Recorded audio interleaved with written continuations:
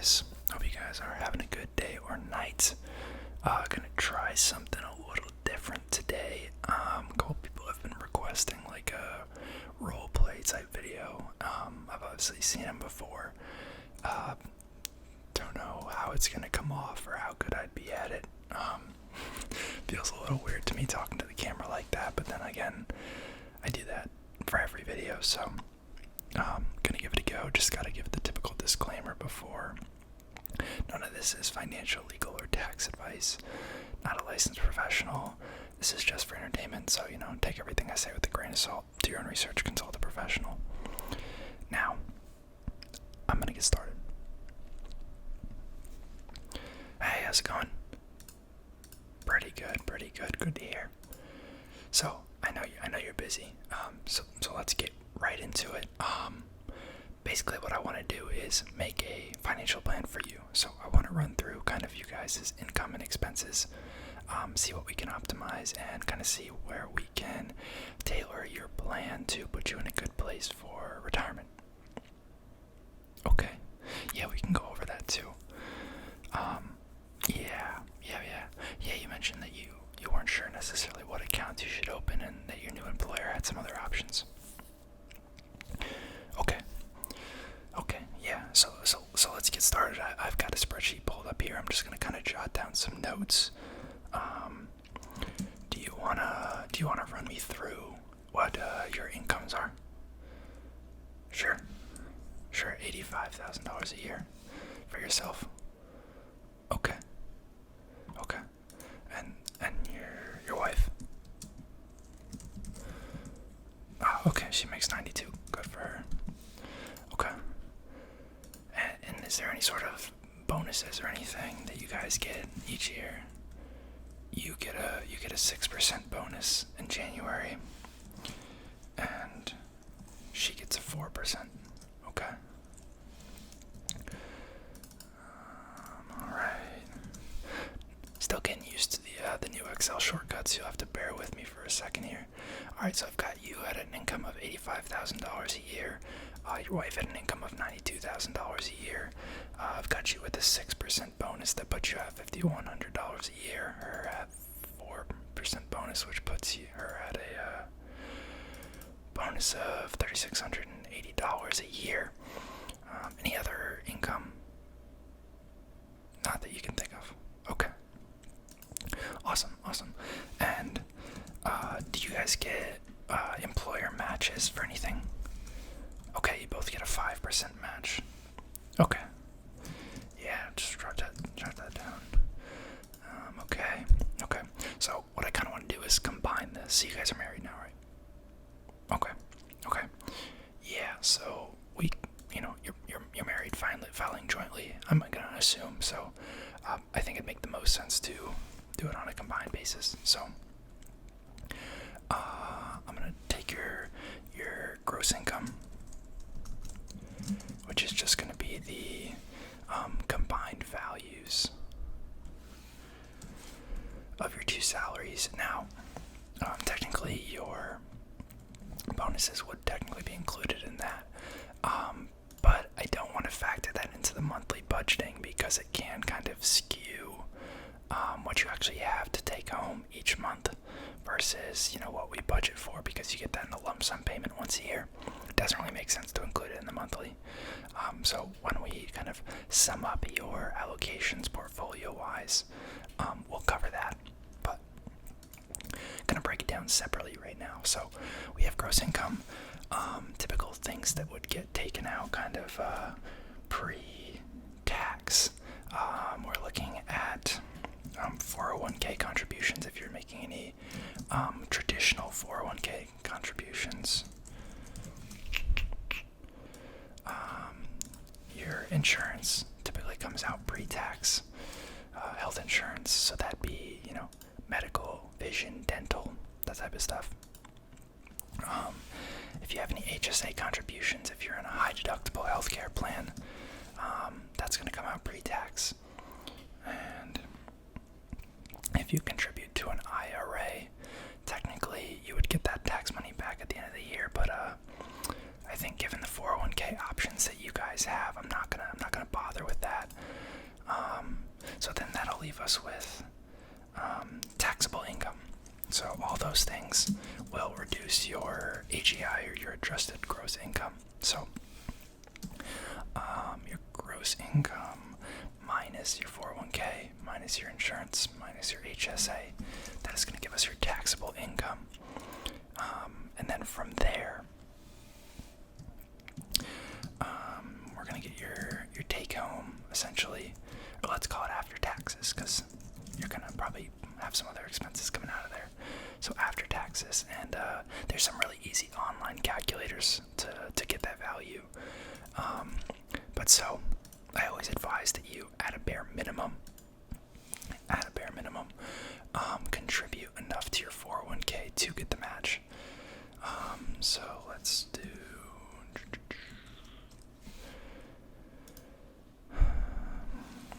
just do 5% right now.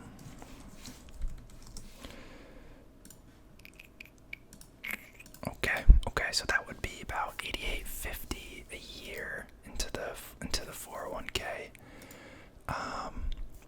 And on a monthly basis, let's see what that is on a monthly basis. So that'd be about $737.50 per month that you'd be putting into the 401k. That's 5% of your pre-tax. So the other option, and we'll kind of model it out here, is a Roth 401k. Now, I'm not sure if you guys are familiar with that. It is kind of a newer thing. I think it's been around since 2006. It's very similar to the Roth IRA, which has been around since the late 90s. And both those are essentially retirement plans that are kind of intended for people in, a couple scenarios. So the Roth IRA phases out at the low six figures in terms of who's eligible. It is, pretty handy in terms of preventing a lot of taxable implications down the road. So they kind of limit it a little bit in terms of who's allowed to use it, but they recently came out with the Roth 401k in the past decade or two, and that is essentially the same thing as the Roth IRA, where it's you pay taxes now and you contribute post-tax dollars, but then in retirement, all your original contributions as well as your earnings on them can be withdrawn tax-free. So that kind of gets around a lot of the issues that people have with RMDs, or required minimum distributions, once you get into retirement. Yep, that's exactly right. So most employers will still match the Roth 401k contributions the same way they'll match off of your original salary, and that's also what the percent comes off of. So if you do a 5%, so let's delete the normal 401k contribution for now. If you do Roth 401k instead,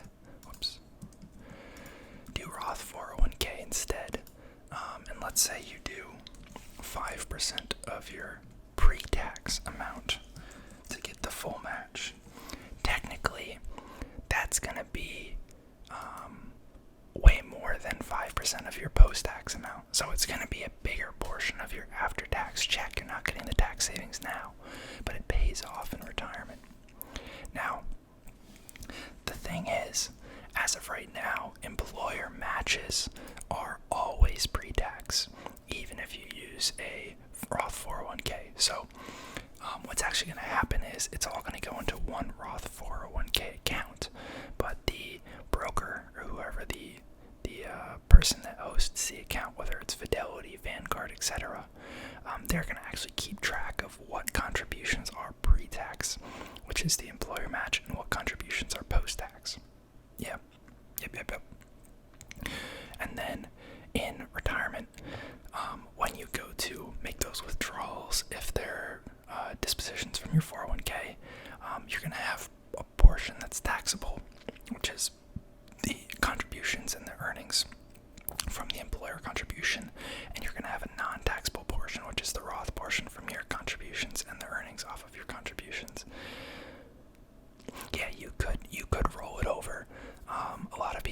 choose to do that because it can get you out of some of the 401k fees, give you a little bit more control over your investments. Yeah. Yeah, I mean, 401ks typically have much more limited options in terms of what they have for the plan. Yeah, because if you did roll it over into IRAs, actually when you roll it over, you would have to have 2 IRAs opened for the rollover. You'd have a Roth IRA, which is what your portion would roll over into, and the employer match portion would roll into a normal IRA, a traditional IRA. Because that's all pre-tax, you can't put that in a Roth. Now, if you want to do Roth conversions, that's a whole other story. That's too complicated. We can talk about that down the road if it becomes a thing. But I'm personally a big fan of the Roth. What state are you guys living in, by the way? Okay, you're in Tennessee. Okay. I spelled Tennessee wrong. Yeah. My desk setup isn't optimal, so sometimes I have trouble typing. So if you guys are at 177,000, now keep in mind we haven't taken into account any of your deductions for insurance or HSA yet, but you guys are paying about 25% tax rate right now. 20%, sorry, 20.5%, forgot that you were married. So the idea typically is that if you're paying a higher tax rate now than you think you will in retirement, you do the normal 401k, because you're fine to pay the taxes later because you'll be in a lower bracket.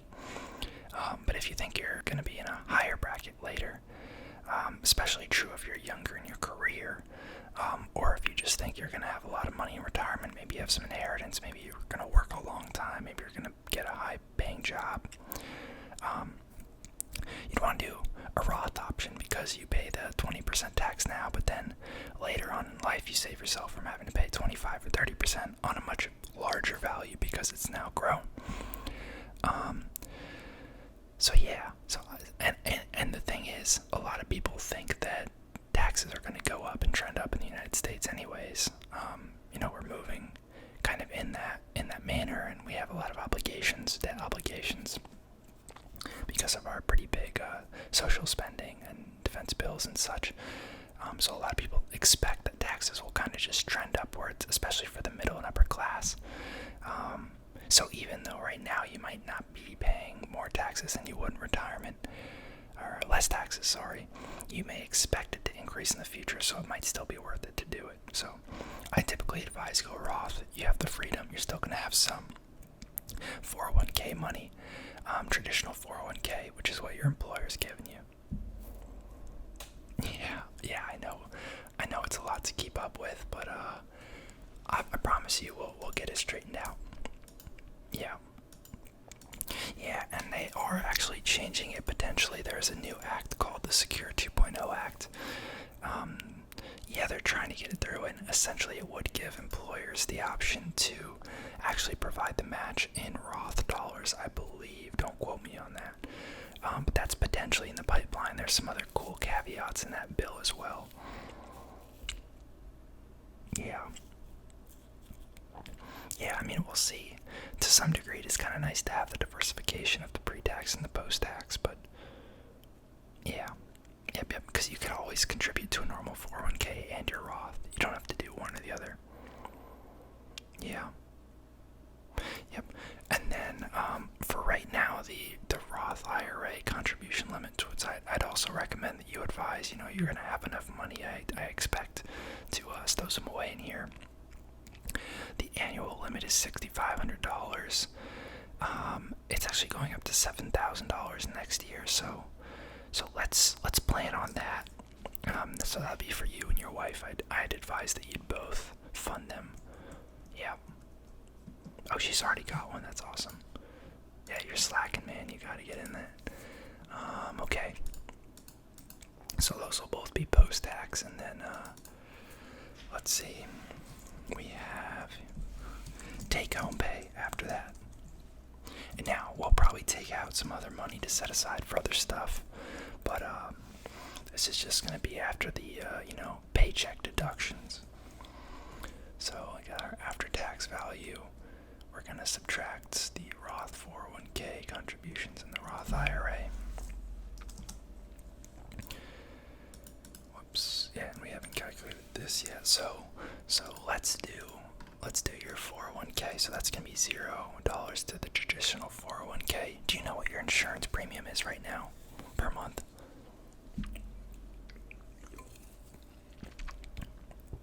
Okay, you are on a high deductible plan. Okay, yeah, I mean, it might go up. You just said you just had a kid. That's awesome, man. Congrats. That's awesome. Yeah. Young ones are fun. Yeah, I mean, it may go up a bit, yeah. Okay. Yeah, I mean, yeah, plans that are high deductible that come with an HSA, the monthly premiums are pretty low. That sounds like it could be right. Yeah, let's go with the $32 for now. Yeah, I mean, I'm guessing your employer probably subsidizes it a little bit. That's a pretty good rate, but I work with a lot of other people who are kind of in that same ballpark. Yeah. And then I gotta look up what the family rate is for the HSA. I know right now the individual rate is $3,850, but they're raising it next year. But the family rate, yeah, it's jumping to $8,300. So let's max that out. So, are you familiar with an HSA? Yeah, that's essentially it. So, just like a 401k comes out pre-tax, lowers your taxable income, but you actually also get the benefit of on the back end when you spend money from it. It's kind of like an account that has a debit card attached. When you spend money on the back end, it's also tax-free. But the catch is, you have to spend it on health expenses. Doctor's visits, things at CVS, prescription medicine, stuff like that. Yeah, I mean, you wanna, in my idea, you build this up for a couple years. When your health expenses start to get a little higher, you switch to a traditional healthcare plan. You don't need the HSA anymore. It gives you a little more coverage, a little better bang for your buck probably. But then you have this account that's growing because you can invest it. Typically there's a minimum cash balance. A lot of the times it's like $1,000, but then everything over $1,000 you can put in the stock market, you could put in bonds, and so it'll actually grow. So if you get 30 or 40 grand in there after 5 years, you switch back to a traditional health plan. Don't touch this. When you retire, you'll have a huge sum of money set aside just for healthcare. It's a really cool product. A lot of people don't know about it, or a lot of people only put in enough money in there for what they're going to spend on the year. Yeah, and a lot of people, yep. Yeah, so I actually don't even spend out of mine. I'll just pay things out of pocket. Not that I have that much expenses healthcare-wise, but I'm trying to preserve all those tax-free dollars in there, so I'm trying to maximize the amount in there, yeah. Yeah, and I forgot that this insurance rate is per month, so we gotta multiply that by 12.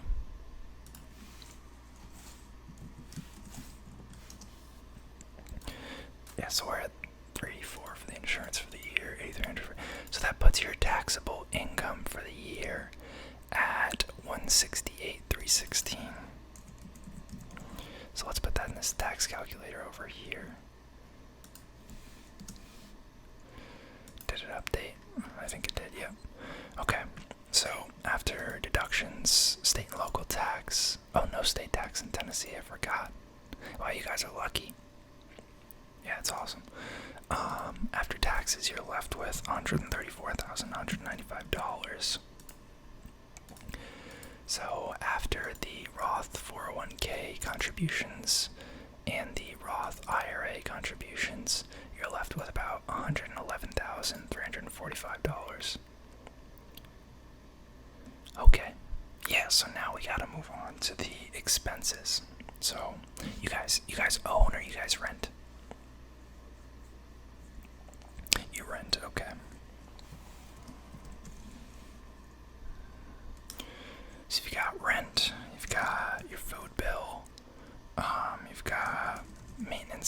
gas for the car. Cars, you said two? Yeah, okay. You've got car insurance. You've got utilities. You've got internet. What else? You need some fun money. You know, some guilt-free spending. You got subscriptions. What else? Phone bill. Yep. It's a good call. Renter's insurance. That's yep. You need that as well. Anything else? You said you're probably gonna have daycare at some point, but until we get some more clarity on that, we're gonna skip that for now. Okay. Yeah, I can blow it up. Sorry, I didn't know you couldn't see that well. And then, I want to create some buckets, so we wanna set some money aside so that you guys can maybe take a couple vacations a year. Yep. And then maybe some money to a brokerage account. Do you guys already have an emergency savings? Yeah, that's great. How much is in there? Yeah. No, that should be a good amount, and that's good that it's in a high yield savings account because you get that extra interest and all that cash sitting there. That always kills me when I see people at Chase, Bank of America, Wells Fargo getting 0.03% APY on the money in their savings account. You're throwing away $20, $30, $40 a month depending on how much you got in your emergency savings. Yeah. Right, and it's all FDIC insured, so there's no risk. Yeah, and then so that'll give us a leftover value. So, let's see.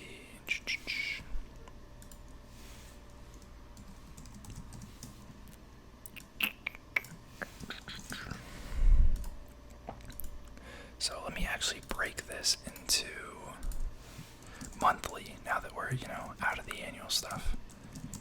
Monthly take home. You're looking at about $9,300 a month. Let's see.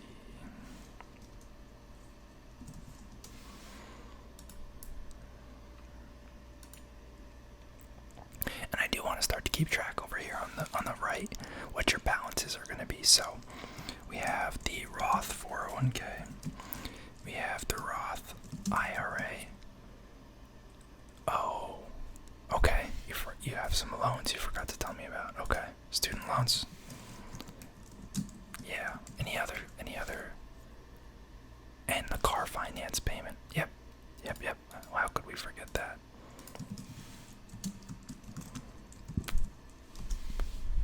Okay. We have the HSA. What else we got? We're gonna have brokerage account. Okay.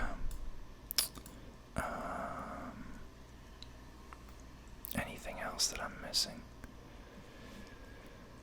I don't think so for now. And then we got a per month, per year. So this is where I'm gonna add in those bonuses. So let's just say you put those straight into the bonus, into the yeah. Yep. Yeah, and I know there'll be some tax on those. So why don't we?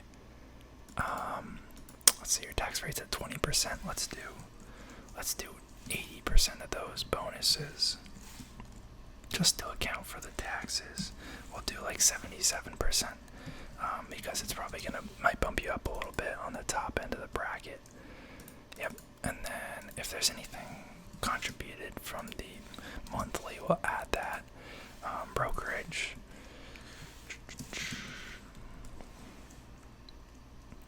And so the Roth IRA, we're contributing $14K per year. The Roth 401K. So you're contributing $737.50 per month. But then the employer's matching it, so that's times 2. Yeah, okay. And then the HSA is what? $8,300. HSA, yep.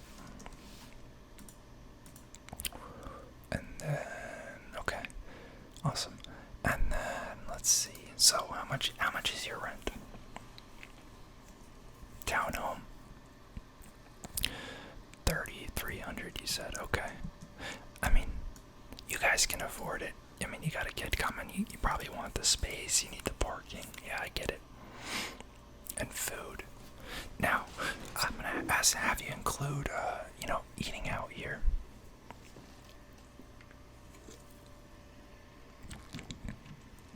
Yeah, ballpark. So you said $5.50 on groceries and probably another $2.50 on eating out. That's actually not bad. Sir, $8.50. Yeah, we can go $8.50 to be conservative. Sure. Car finance. What do you have? Okay. Yeah, I mean those are pretty good rates. I don't think there's any real reason to pay those off early, especially given what your money can earn right now. Yeah. Okay, so you have a Tahoe payment, and you said that's okay. $5.15 a month. Yep. And an Accord, which is $2.30. You said. Okay. Okay, so $7.45 a month on the finance. How much you guys probably spend on gas each month? Yeah, the trucks aren't too good. Under 40. Okay. Car insurance. $335 for the both of them. Okay. Utilities. Yeah. Okay. $140. Internet. $65. Okay. Let's skip the fun money for now. What kind of subscriptions do you guys have? Netflix, stuff like that. Okay, you have Netflix. You have Prime, Apple Music. Yeah. Okay, let's just call it $65 a month. The phone. Yeah, include the payments for the new iPhones. Yep. 137. Okay. Renter's insurance. 21. Okay. And what was the student loans? Did we catch that already? 786. Okay. Yeah, I mean it's decent. Yeah, no, if they're federal loans, I'm sure the rates are good enough. The private ones can get up there, especially if they're variable interest rate. You can get to double digits real quick given the current climate, but yeah. Okay, so let's set aside $400 a month for vacation. Does that sound reasonable? So maybe you take one vacation every 4 months, $1,600. Yeah, I mean, if you don't use it all, then more power to you, man. Yeah. Okay, and let's send $1,500 to the brokerage out of that. Does that sound doable?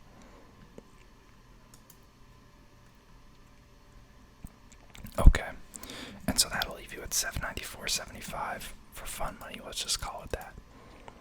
Yeah, $800 a month. Yeah, that's pretty good for coffees, little things you want to buy, new clothes, stuff like that. Yeah. Yeah, I mean you're stowing away a pretty good amount of money here. Let's see what you're at for the year. Yeah, I mean that would put you at $48,260 for the year. You guys are doing good, man, if you can do that. Yeah. Okay, and do you have any current assets right now that you haven't told me about yet? So you've got an old IRA, traditional. Okay. What's in there? $37,452. Okay. And then you've got 403B. Oh, you rolled it. Okay, you rolled that over. Okay.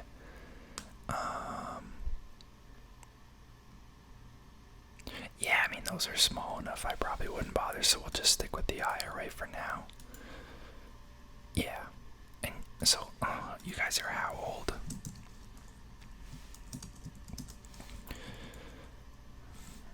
Okay. You're 41, and she's 37. Okay. Okay.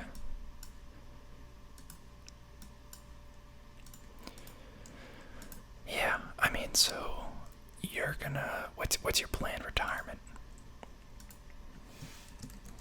You're not too sure. Um. Yeah, I mean, I'd say most people shoot for 65, but okay, so you'll probably work till you're 65. Oh, till she's 65. Okay. Okay, so you'll be like 69.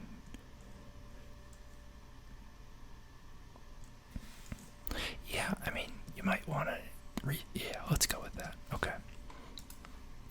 63 and 67. Okay.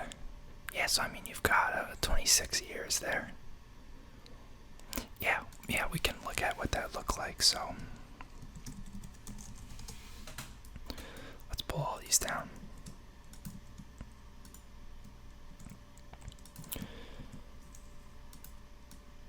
Yep.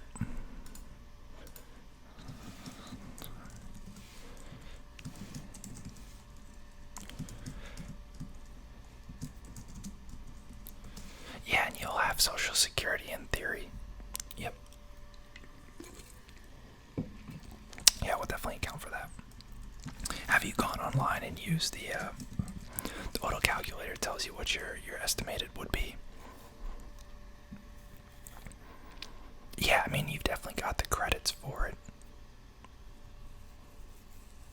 You would have, yeah, you've earned it already, I'm sure, but yeah, because we do have to think about kind of what age you'd want to take that at. You can take it as early as 62, but you'll get a reduced payout. 65 is the normal payout, and then, if you want to delay it, you can go all the way up to like 72, and you'll get a higher amount. But obviously, based on life expectancy and your spending needs, you may not want to wait till 72. Yeah, well, and people have got 401ks, their RMDs kick in at 72. So, if you're starting to draw Social Security then, and it's also already an increased Social Security, at least a portion of your Social Security is going to be taxable. So then on top of that, the RMDs, you could be getting hit over the head on taxes. Yeah. So let's say you're starting all these accounts at 0. You said the IRA has 37,452 in it now. Okay. And then, so the 401k, we're putting in $14.75 a month. The Roth IRA, what's that a month? 1166.67.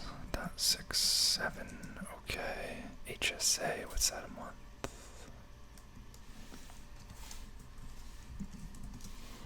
$691.67.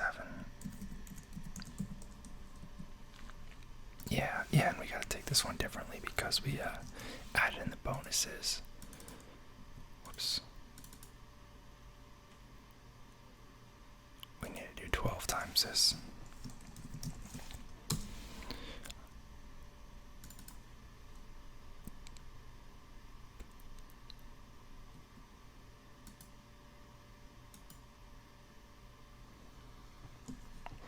Did I do that right?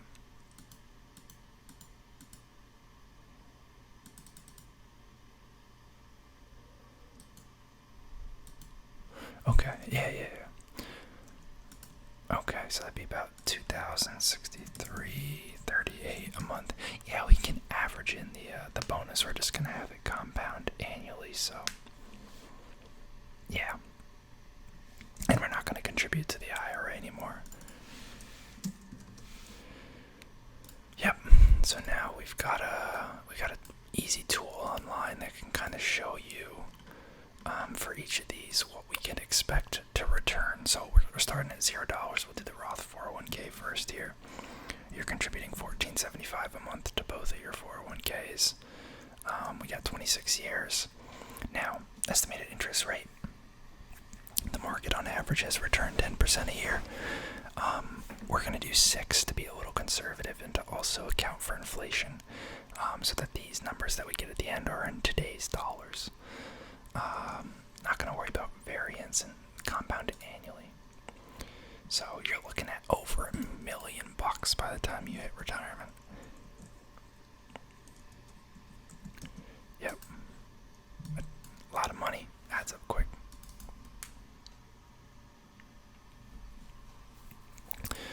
Alright, let's do the same thing for the Roth IRA.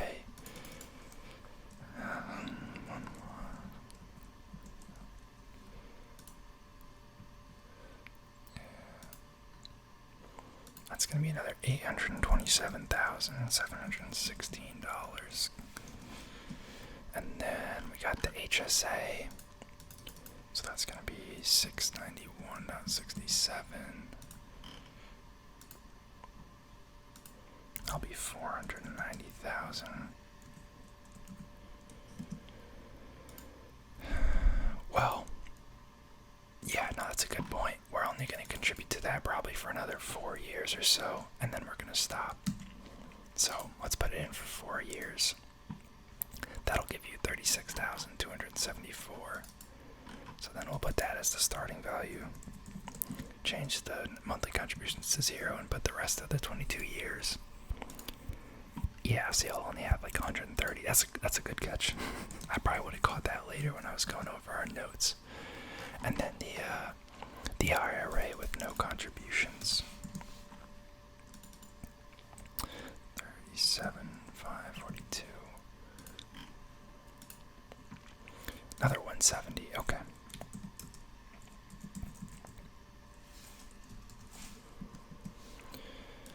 Awesome. Yeah. And okay, so you said the Social Security is telling you you'll get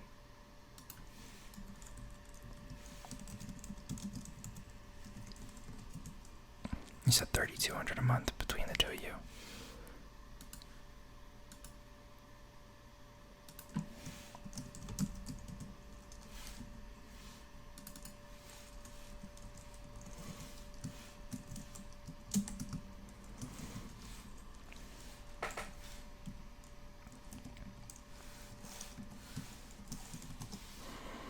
Yeah. Okay, so that'd be about 38 grand a year. Yeah, so then we'll break out all of the rest of these. So the HSA is obviously going to be for healthcare expenses, so we're not going to factor that in. But as far as these other ones, you're going to have 3 main buckets. So you're going to have capital gains. This is going to be the brokerage. You're going to have dividends. Actually, we'll include those too because dividends are going to be taxed at the same rate as the long-term capital gains for you guys. Then we got pre-tax and we got post-tax. Okay. Yeah, so the recommended withdrawal rate, safe withdrawal rate, is 4%. You know, you can always tailor that as you go, but we'll run with that. So we're planning on you drawing down 4% on the brokerage account.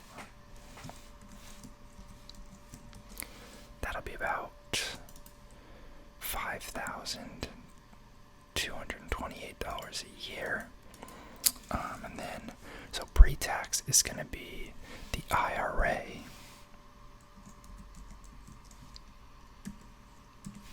But it's also going to be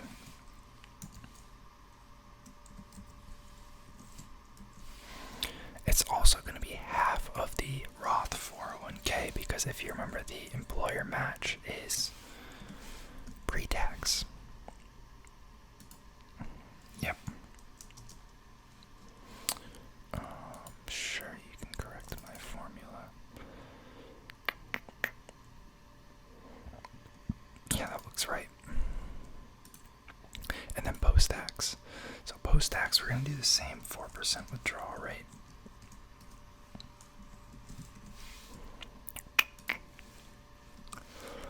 So, and then if we break break this down, we're just gonna assume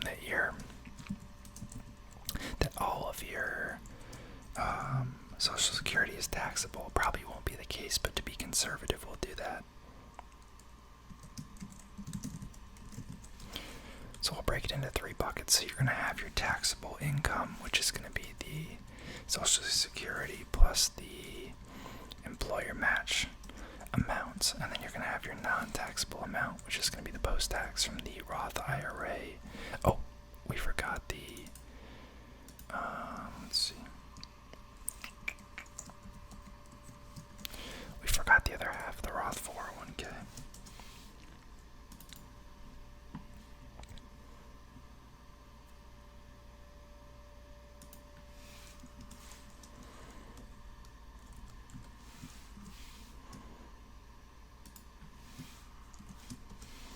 There we go. And then you're going to have the dividend and capital gains from that. Okay. So, after tax, pre-tax. So, the non-taxable, obviously going to, be the same after taxes as it is pre-tax.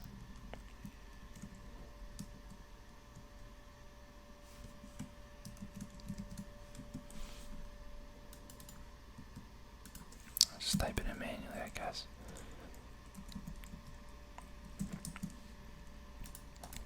And the taxable. Now, this is what we're going to have to put in the calculator, so... Are you guys planning on moving after you retire? No, okay. So 61, 173.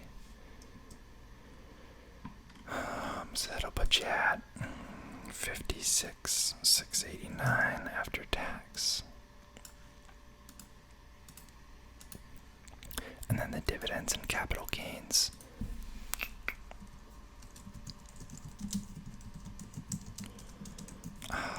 It's based on what income rate, what income bracket you're in. And yeah, it brings you up to the top of the bracket, and then you could potentially be pushed over, but I think it's... yeah, so you guys will actually be at 0% for that. Because your taxable income's under 83, and the 5K dividend capital gains isn't gonna bring you up there. Okay, so that'll be completely tax-free. So after taxes, you are looking at $116,000 a year.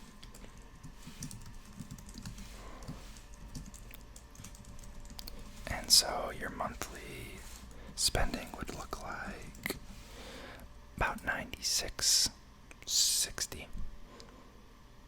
Yeah, just a little bit more than what you're taking home now for expenses and stuff, and you won't need to contribute to retirement anymore. Yep. No, you'd be sitting pretty if you can follow this. Nice, man. I'm glad. Okay, for sure. Now we're at time, so I gotta run to another meeting. But it was a pleasure meeting you today. Appreciate it, and I'll send over the detailed report when my assistant gets back. We'll look over it and generate a report for you to look at all this info.